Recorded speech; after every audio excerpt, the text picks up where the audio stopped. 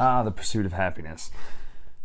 The concept baked into our nation's founding, the idea that you can do whatever you want to pursue your own dreams, and an American dream, in fact. So that brings us to a game called The Pursuit of Happiness, which sounds like the next installation in a GMT's card-driven game, but it's not. It's, in fact, a worker placement game. And as you know, based on this here, my favorite genre in the entire genre of board gaming is worker placement. But not just any worker placement, a worker placement that has a good reason for its mechanics, a good, nice engine build, a nice reward, risk, payoff, all those sort of things.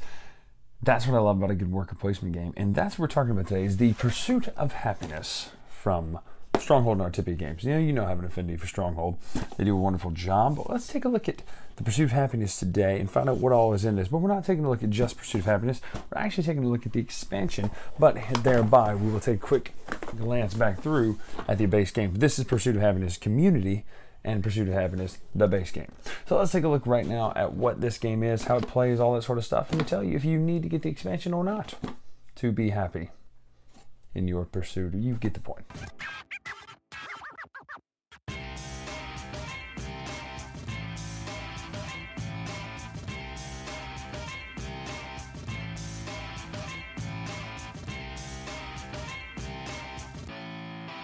So at its core, Pursuit of Happiness is a very simple worker placement game. You have all the different cards laid out here for the board. You have your 9 action spaces over here, your rest and spent time here, your stress levels, your short-term happiness levels, and the round track here, which tells you, you start as a teen, you move into 1, 2, 3, 4 adult turns, 3 old age turns, and the game ends when you die. You're playing through your life. There are different things you could notice about your life. For instance, you could pursue projects, right? You could pursue different items or activities, things to enjoy. You have jobs here and then you have partners here. So all the different facets of life boiled down into a very simple concept. There are 3 different types of resources. That would be knowledge, which would be books here, creativity, which would be these light bulbs, as in you're having an epiphany, and of course influence. And then the rest would be money, which obviously can't buy you happiness, but can buy things that make you happy, according to someone who said that, but who knows? It's probably not true. Anyway, there's money's the last thing. But what you do on your turn is you're going to take your 6 hourglasses, essentially your 6 workers for the worker placement game, and place them on these different actions up here. You have things like study. Well, this gives you 3 knowledge. Play gives you 3 creativity. Interact gives you 3, what is that called again? I just lost it. Influence. Take a project. If you were to go here, you would take one of the project cards and lay it out. Now, there are a couple different types of project cards. Some of them have to be completed in 1 round. Others are long-term, like this. You would take a marker and you would put it on the school play top part here. This costs you 1 creativity and you will get 2 influence for it when you do it. As you move down as another action, you can continue to move down this project until you finish it by doing all the different things and getting better and better and better at it. So, and they come with different bonuses. So being the amateur play, it costs you creativity and influence. You get a knowledge, a coin, and a victory point. And it just goes on and on and on like that. And that's kind of what the projects do. The next one would be the old coin collection or the activities. Different ones you could take. The way this works is you don't have to pick where you start, whereas you do on the projects. But here you could pick any of these. Say you want to start with a coin pouch, you pay $1 to get 4 knowledge. Say, no, I don't necessarily want to do that. I want to just go ahead and start with a case. We could go ahead and start with a case, pay $4 to get 6 knowledge and 1 victory point. Now, this has to be paid in the upkeep phase of the game.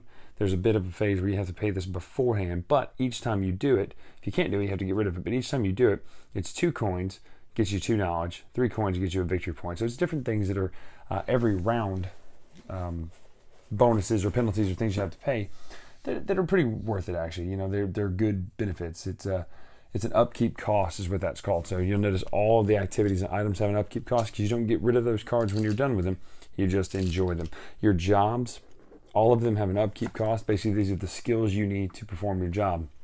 To be a researcher, you would need 2 it takes 2 of your actions away from you, basically. Think about that. These are hourglasses, so it takes time to go to your job. It takes 2 of your hourglasses away. It takes 2 knowledge and 1 influence, but you get $7 at the during the pay phase whenever you get paid. When you take the job as the science job, you would immediately get the 6 knowledge and 3 influence plus the 11 coins over here. That's 11. I can't read. I don't know what I said, but it's 11. Then you would get the promotion down here into the next job to a level 2 or a level 3, whatever it is. And the back's just a different flavor text. It's the same kind of thing, sort of, but just different. So you're not necessarily a researcher. You might be a dentist, but notice they do the same things and give you the same bonuses. You could promote into a level 3, and then you could eventually retire and just take a portion of your wages and not have to worry about working anymore. The stress meter down here tells you if you're feeling in good health or if you're feeling stressed and bad health. The more stressed you are, the less actions you'll get on your turn. Down here, the short-term happiness. Short-term happiness can be used to boost up some of the things in a temporary way. And that's really it. You just kind of continue getting these resources and continue getting all the different things and go from there. So there's 3 major things the expansion adds. First of all, there's the popularity board, the community cards and community actions, which all tie together, and the opportunity for a 5th player. So that's pretty neat. This board down here is what's called for the community board. It fits under the board, and it works kind of in a situation where cards will come out here, and each round one will slide off and a new one will happen. So the way the community cards work is you pay the cost at the top, and obviously the amount of people listed at the top left can use it. So first of all, some of these are single cards and some of them are multiple cards. It's a big project at work. Multiple people can go there. You pay the cost associated on the left, and you get the outcomes listed on the right. So first of all, you have to have a job. Secondly, a small delay has no cost. You could pick that one for sure and get 2 coins when it comes to the phase of picking your outcomes. This one means you'll take a stress, but you get 3 coins and you get an extra popularity. 2 stressed, 4 coins, and 2 popularity. Popularity can be used to give you more long-term happiness, as well as the amount of hourglasses you can place on here. So if you had multiple hourglasses out here in the community phase, you would resolve them left to right, and you, in turn order, would get to pick the outcome you would like. And so therefore, it's just good things that allow you to kind of take the bonuses for the community. But the whole idea is it helps you to work together, and it helps you to continue to just grow that popularity as it benefits you in multiple ways. So this is just a neat little track that goes down at the bottom with these cards on it to give you more actions and more options. And that's really the major things: more actions and more options of things to do, plus more opportunities to get really great bonuses and benefits based on the different community activities down here. But what is the pursuit of happiness after all? No, I'm not going to get philosophical on you. I'm literally talking about the game itself. Well, it's a simple worker placement game, and that's what I really like about it. Carla really enjoyed this game a lot more than me, actually. One of the things she really enjoyed is just the fact that it is a simple worker placement game, which is a good way to get people into playing worker placement games. Again, it's my favorite genre of board games, but if you're trying to take people from the mass market board games into this hobby that we have, you got to find a good entry point to where there's not just this jarring change between what they're used to playing and then what we're used to playing. And no, that's not to sound elitist or snobby or anything like that. It's just true. There are different mechanics that are not in Monopoly, Clue, Payday, and Life and Risk. You know, the basic games like that. You can do the kind of silly, disgusted face about those games. You know what? People play those and people like those. So instead of being like, oh, why would you ever play Monopoly? Maybe we get people to play the games that we play through easing them into a game like Pursuit of Happiness. Does that mean it's a gateway game? No, but it's a good introduction into worker placement for people who've never played worker placement. That being said, a couple things I have to ding it for.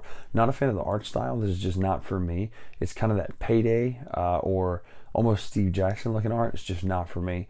The mechanics, though, they're really good and they're really solid. I like the idea of the actions and community cards and the activities cards and all the different project cards being different each round. So it gives you a whole lot of options.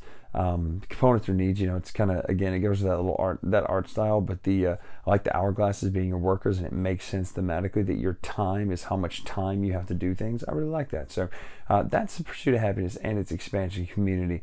It really just adds more to the game. So it's not an expansion where you go, wow, this totally changes the game.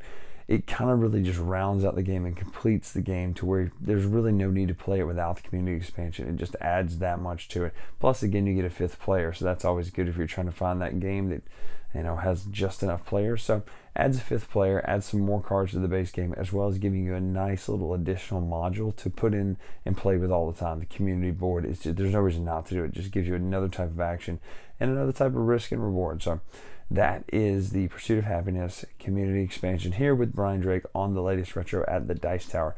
For more, check out our Twitter here and follow us. We'll see you next time. Thanks so much for watching the Dice Tower videos. Find more great videos and reviews, as well as our top-rated audio podcast at Dicetower.com. You can also find other great shows at DicetowerNetwork.com. I'm Eric Summerer, and you've been watching The Dice Tower. The Dice Tower is sponsored by Cool Stuff Inc., where you can find great games for great prices.